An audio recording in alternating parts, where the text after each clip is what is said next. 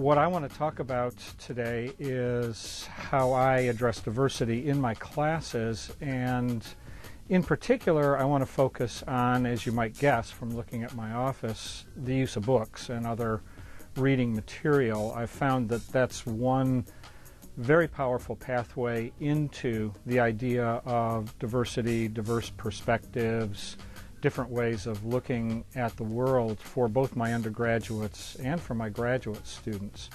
So I read to my students every class without fail, but I try to steer them toward books that represent different cultures either within the United States or across the world, and I try to steer them toward the sorts of activities that they might plan for their students that would allow those students in turn to gain a broader perspective on the world. I read children's books from very different perspectives, both internationally and around the United States. Try to approach the various demographic categories that we're all familiar with: race and gender and ethnicity, language differences, dialect differences, religion, those sorts of things.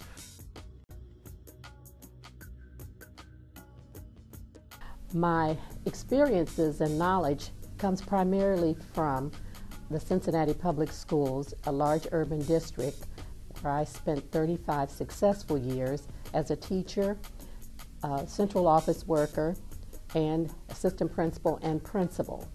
So I gleaned a lot of information from those years at Cincinnati Public Schools, and I share many things about my experiences there with my students. The way that I feel that I help students in the awareness and the importance of diversity is by the use of case studies, school visitations the students are required to do. They work on legal and ethical issues around diversity. We have speakers, we have statistical information about subgroup performances in the schools, and we have activities that we work through involving tolerance and enhancing and embracing diversity and respect. So we do quite a few things around diversity.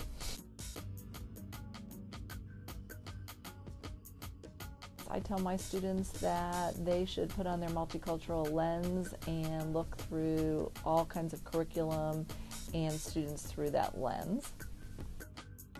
I did my student teaching at Cincinnati Public Schools.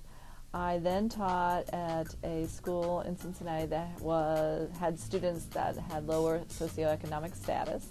When I went to graduate school at Ohio State, I worked in a project where I was assigned to Columbus Public Schools.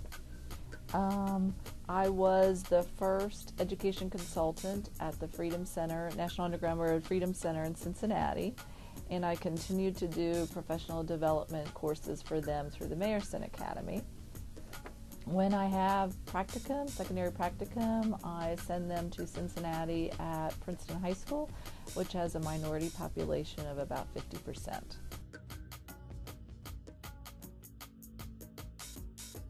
And in our program here on campus, the Explore More program, we have students with disabilities through our registration process. They're identified by the parents. They tell us, students, my student has autism. We've had a couple students with autism, students with dyslexia, and other disabilities. And so we let our students know that they'll be working with these particular students, and through their plans, they modify their instruction to meet the needs of these learners.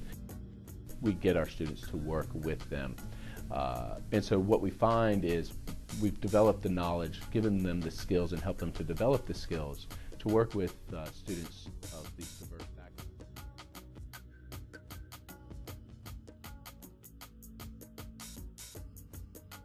backgrounds. My basic interests are student voice, both students, college student voice and students with disabilities voice, student empowerment, and inclusive practices. So most everything sort of evolves around those three areas.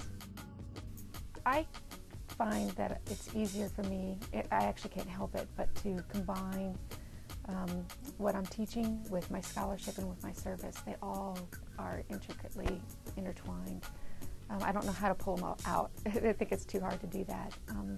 One of the ways that I do that is by having students involved with service learning projects, that they get service learning credit in their courses for doing those things, and then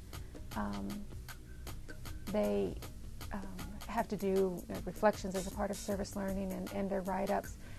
But then that information that I'm gathering from their service learning, I've also done IRBs for and done research related to that. And some of the service learning, of course, is going to impact the community, so that's service to the community.